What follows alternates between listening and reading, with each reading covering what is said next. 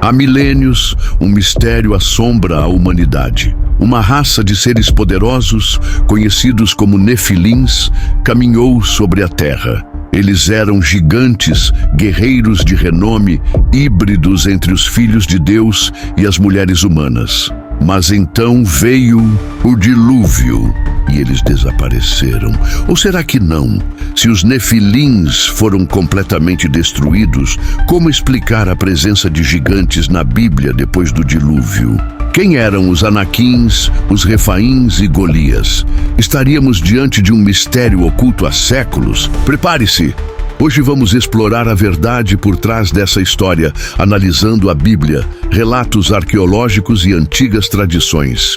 Fique comigo até o final, e você nunca mais verá essa questão da mesma forma. Os Nefilim, mistério antigo ou verdade esquecida. A Bíblia está repleta de mistérios que desafiam nossa compreensão.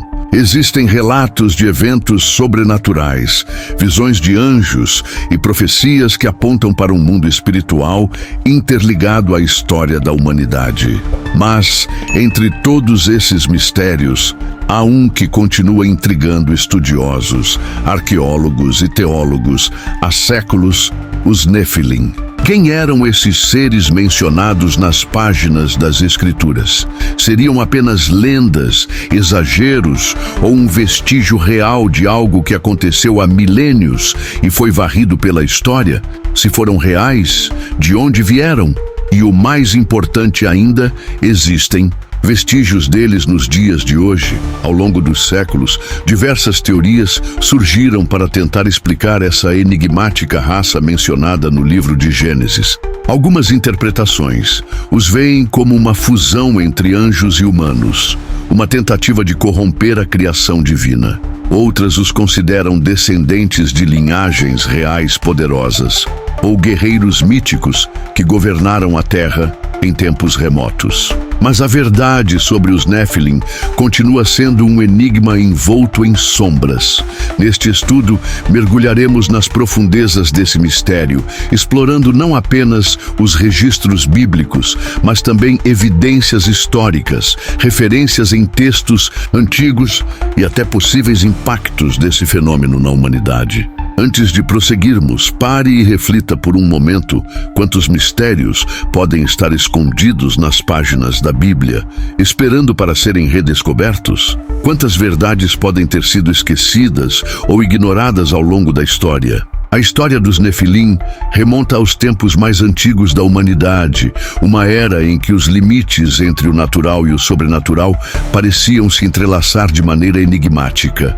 Uma época em que seres de outro reino, poderosos e misteriosos, poderiam ter caminhado entre os homens. A chave para entender esses gigantes lendários está em um dos relatos mais intrigantes da Bíblia, encontrado no livro de Gênesis, capítulo 6, versículos 1 a 4. Quando os homens começaram a multiplicar-se sobre a terra e lhes nasceram filhas, viram os filhos de Deus que as filhas dos homens eram formosas, e tomaram para si mulheres, as que entre todas mais lhes agradaram. Então disse o Senhor: o meu espírito não agirá para sempre no homem, pois este é carnal, seus dias serão 120 anos. Naqueles dias havia gigantes na terra, e também depois, quando os filhos de Deus possuíram as filhas dos homens, e delas geraram filhos. Estes foram os valentes que houve na antiguidade, os homens de renome. Esse trecho bíblico levanta questões que atravessam gerações. Quem eram esses filhos de Deus e por que sua união com as filhas dos homens resultou em gigantes? Teria sido esse evento um ponto de inflexão na história da humanidade? Uma intervenção que alterou para sempre o curso da civilização? Ao longo dos séculos, diferentes interpretações surgiram sobre essa passagem. Muitos estudiosos e teólogos entendem os filhos de Deus como anjos caídos, seres espirituais que desafiaram os desígnios divinos e desceram à terra para se relacionar com mulheres humanas. Essa visão é amplamente sustentada em fontes antigas, como o livro de Enoque, que descreve detalhadamente a rebelião de um grupo de anjos conhecidos como vigilantes. Esses anjos teriam ensinado segredos proibidos à humanidade e gerado uma descendência híbrida, os Nefilim. Outros estudiosos sugerem uma interpretação mais simbólica. De acordo com essa linha de pensamento, os filhos de Deus poderiam ser os descendentes de Sete, a linhagem piedosa de Adão, enquanto as filhas dos homens seriam descendentes de Caim, uma linhagem marcada pelo afastamento de Deus. Essa união teria resultado em um afastamento espiritual da humanidade, levando ao aumento da corrupção e da violência. Entretanto, a ideia de que os Nefilim eram o fruto da união entre anjos e humanas continua sendo a mais aceita entre tradições judaicas e cristãs antigas. O próprio significado da palavra Nefilim tem sido alvo de intensos debates. Em hebraico, a raiz da palavra pode estar ligada ao verbo nafal, que significa cair, sugerindo que os Nefilim seriam os caídos, ou aqueles que fazem cair, uma referência à sua origem ou ao impacto destrutivo que tiveram na humanidade. Mas os relatos sobre seres híbridos e gigantes não estão restritos à Bíblia. Narrativas semelhantes aparecem em várias culturas antigas ao redor do mundo. Os sumérios, uma das civilizações mais antigas da Terra, falavam dos Anunnaki, divindades que supostamente desceram dos céus para interagir com os humanos. Na mitologia grega, encontramos os titãs, uma raça de gigantes primordiais que antecederam os deuses do Olimpo. Os nórdicos contavam histórias sobre os Jotuns, seres gigantescos que muitas vezes entravam em conflito com os deuses de Asgard. Essas lendas, espalhadas por diferentes culturas e épocas, indicam que a ideia de seres divinos interagindo com humanos pode ter raízes muito profundas na memória coletiva da humanidade. Se os Nefilim realmente existiram, quais foram as consequências de sua presença no mundo? O que sabemos sobre sua natureza e seu destino final? E mais importante, esses eventos ficaram restritos ao passado ou ainda deixam rastros na história humana? Nos próximos momentos, mergulharemos ainda mais fundo nesse enigma, analisando os registros bíblicos, as evidências históricas e as possíveis implicações dessa narrativa para o presente e o futuro da humanidade. Você está pronto? A rebelião e a corrupção da humanidade. A presença dos Nefilim na Terra não foi um evento isolado. Sua existência esteve ligada a um período de corrupção e decadência tão profundo que levou Deus a tomar uma decisão drástica. O livro de Gênesis, capítulo 6, versículos 5 a 7, descreve o estado da humanidade naqueles dias.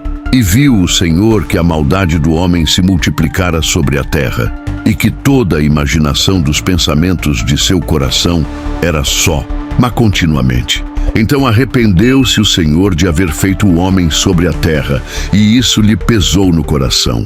E disse o Senhor: destruirei o homem que criei de sobre a face da terra, desde o homem até ao animal, até ao réptil, e até a ave dos céus, porque me arrependo de os haver feito. Esse cenário sombrio levanta uma questão fundamental: até que ponto a presença dos Nefilim contribuiu para essa corrupção? Se os Nefilim eram de fato fruto da união entre anjos caídos e mulheres humanas, isso significaria que a humanidade havia sido misturada com uma essência que não pertencia à criação original de Deus. Essa contaminação poderia ter afetado não apenas o coração dos homens, mas também sua linhagem e propósito sobre a terra. Os textos apócrifos, como o livro de Enoque, aprofundam essa ideia, sugerindo que os anjos caídos não apenas geraram os Nefilim, mas também ensinaram à humanidade segredos proibidos. De acordo com o livro de Enoque, capítulo 7, versículo 2, esses anjos ensinaram os homens a fabricar armas, praticar feitiçarias e explorar conhecimentos ocultos, e ensinaram-lhes encantamentos e feitiços, e o corte de raízes, e os tornaram familiarizados com as plantas. Se essa narrativa for verdadeira, os Nefilim não apenas representavam uma raça de gigantes, mas também um símbolo de uma humanidade corrompida, envolvida em práticas que iam contra os desígnios de Deus. Esse período foi marcado por violência, opressão e idolatria. Mas Deus não permitiu que essa corrupção continuasse indefinidamente.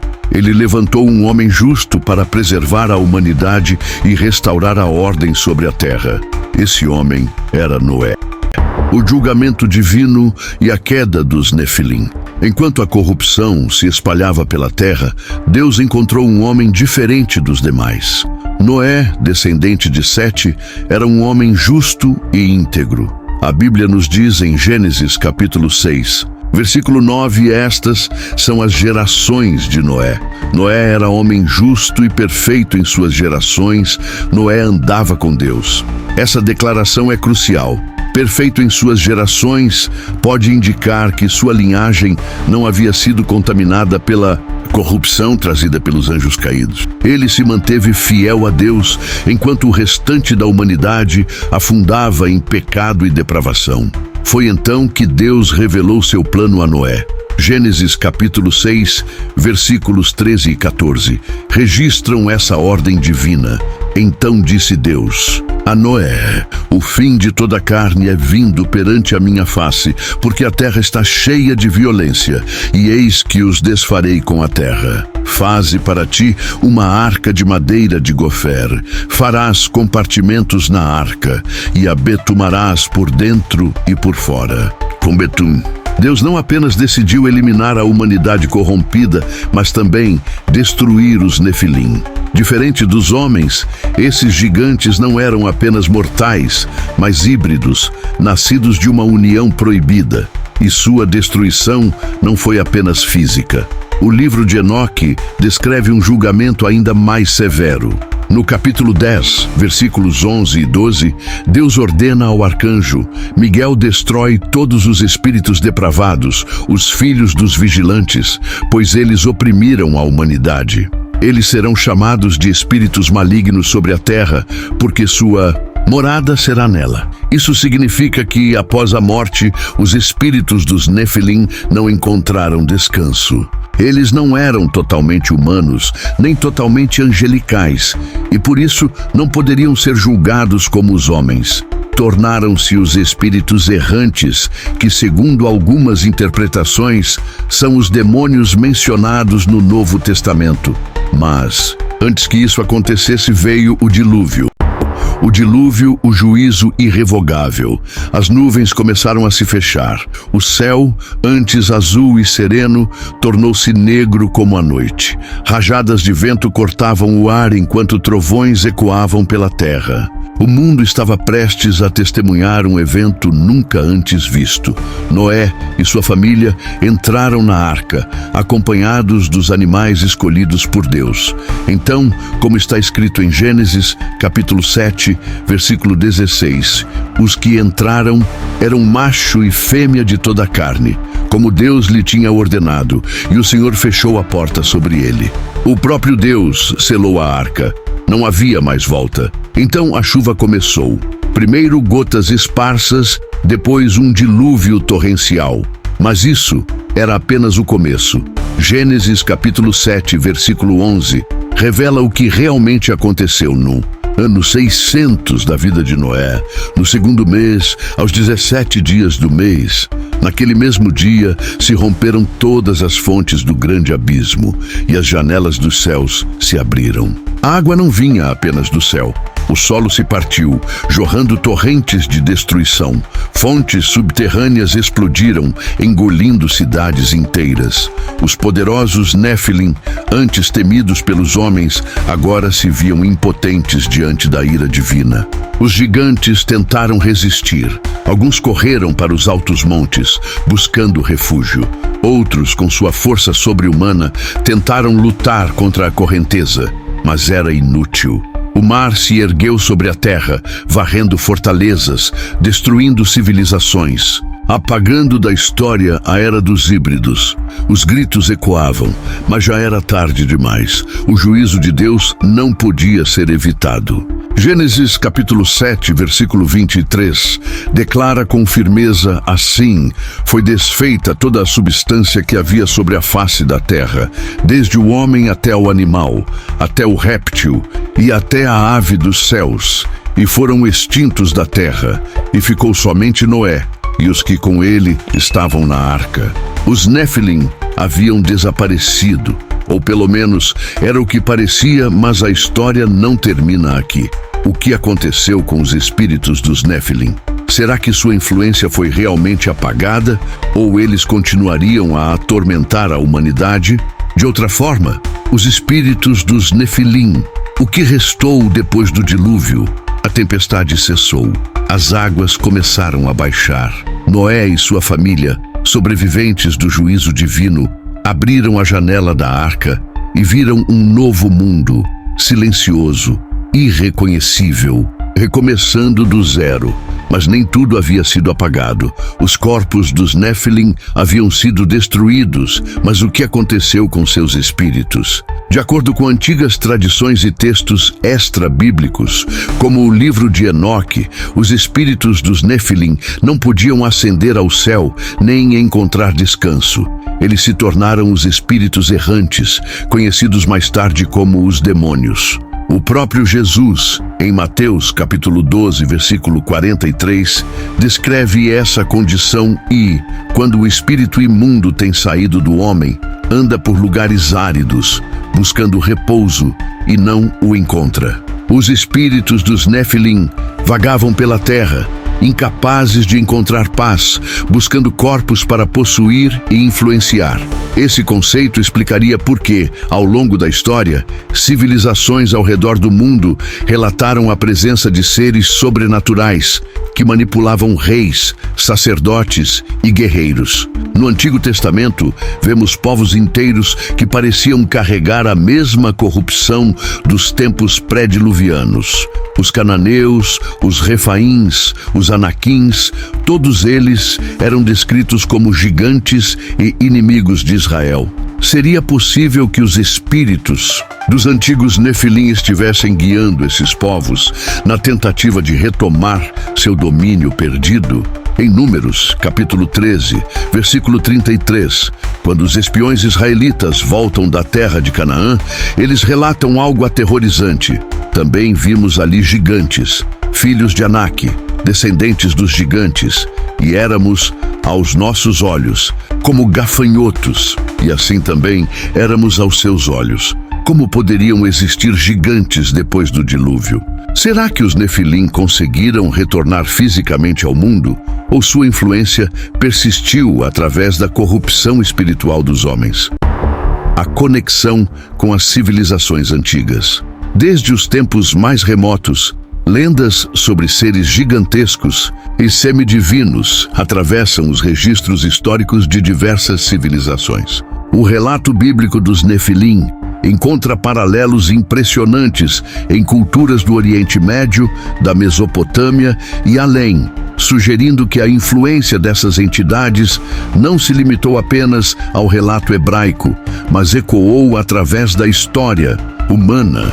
Entre os sumérios, as epopeias falam de reis com estaturas e longevidades extraordinárias, como Gilgamesh, descrito como 2/3 divino e 1/3 humano.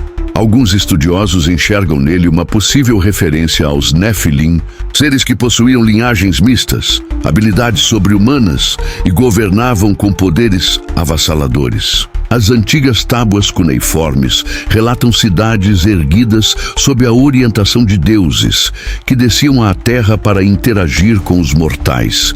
Um paralelo notável com os filhos de Deus, que tomaram esposas humanas. No Egito, os faraós eram frequentemente descritos como descendentes divinos, com estátuas colossais e templos que exaltavam sua estatura e poder quase sobrenatural. As pirâmides e obeliscos, erguidos com uma precisão que desafia a lógica moderna, levantam questões sobre a real natureza do conhecimento e da força empregada em sua construção. Poderiam os Nefilim ou seus descendentes ter participado desse processo? Há inscrições e papiros que mencionam seres de grande força ajudando na edificação de monumentos. Além de deuses que caminhavam entre os homens, uma crença também presente entre os cananeus e outras culturas vizinhas. Na terra de Canaã, registros indicam a presença de gigantes em diversas cidades. Povos como os Anaquins, Refaíns e Emins eram temidos por sua estatura e poder militar. Quando os espiões enviados por Moisés exploraram a terra prometida, voltaram aterrorizados ao encontrar homens de grande estatura, descendentes dos antigos gigantes. Esses relatos não apenas reforçam a continuidade da linhagem dos Nefilim após o dilúvio, mas também sugerem que sua presença influenciou a formação de reinos e fortalezas inexpugnáveis, descritas como cidades muradas até os céus. Os maias e os incas, distantes do contexto bíblico, também deixaram inscrições sobre deuses gigantes que teriam ensinado agricultura, astronomia e arquitetura. Algumas lendas andinas falam de uma raça de titãs que construiu as colossais muralhas de Sacsayhuaman, enquanto os astecas registraram histórias de seres enormes chamados Quinametzin, que teriam erguido as pirâmides antes da chegada dos primeiros homens. Esses fragmentos de histórias e mitos, espalhados por tantas culturas, sugerem um padrão recorrente: seres de estatura imensa, habilidades superiores e ligação com o divino, que moldaram civilizações antigas e deixaram rastros de sua influência em estruturas monumentais e tradições orais. A conexão entre os Nefilim e esses relatos antigos abre um leque de possibilidades fascinantes sobre o verdadeiro papel desses gigantes no passado da humanidade. O retorno dos Nefilim nos tempos finais. Se os espíritos dos Nefilim permaneceram vagando pela terra, buscando corpos para possuir e influenciar, seria possível que eles tivessem um papel no fim dos tempos? Jesus alertou que os últimos dias seriam como nos tempos de Noé. Em Mateus, capítulo 24, versículo 37, ele diz: mas, como foram os dias de Noé, assim será também a vinda do Filho do Homem. Essa afirmação nos leva a uma pergunta crucial: o que exatamente acontecia nos dias de Noé, que poderia se repetir nos tempos finais?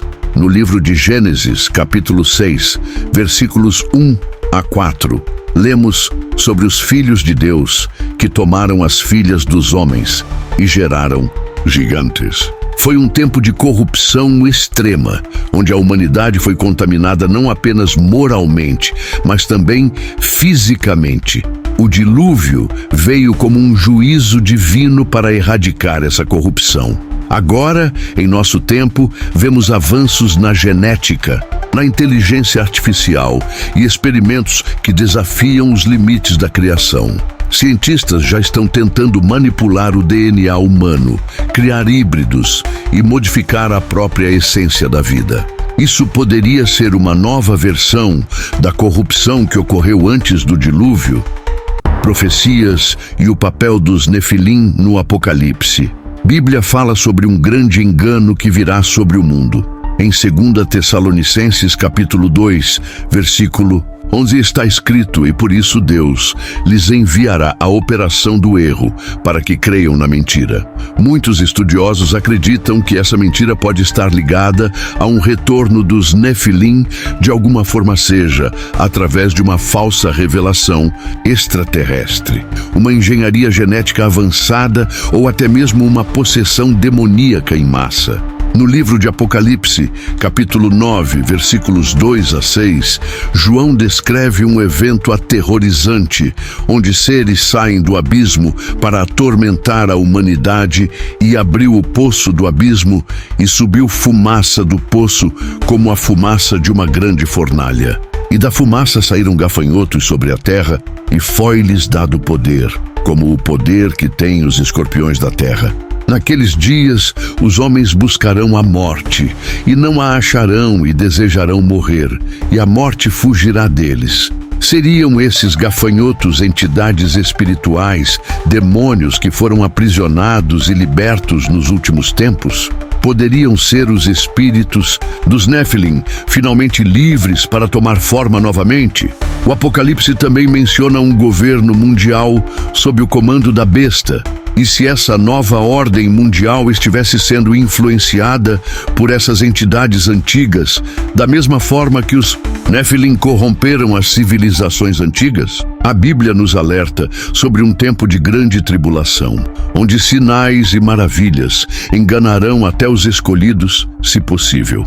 Em Mateus, capítulo 24, versículo 24, Jesus diz: porque surgirão falsos cristos e falsos profetas, e farão tão grandes sinais e prodígios que, se possível fora, enganariam até os escolhidos. Se o engano dos últimos tempos for tão forte, pode ser que envolva algo além do que imaginamos. O retorno dos Nephilim, seja espiritual, físico ou por meio de um grande engano, pode estar diretamente conectado com os eventos do Apocalipse.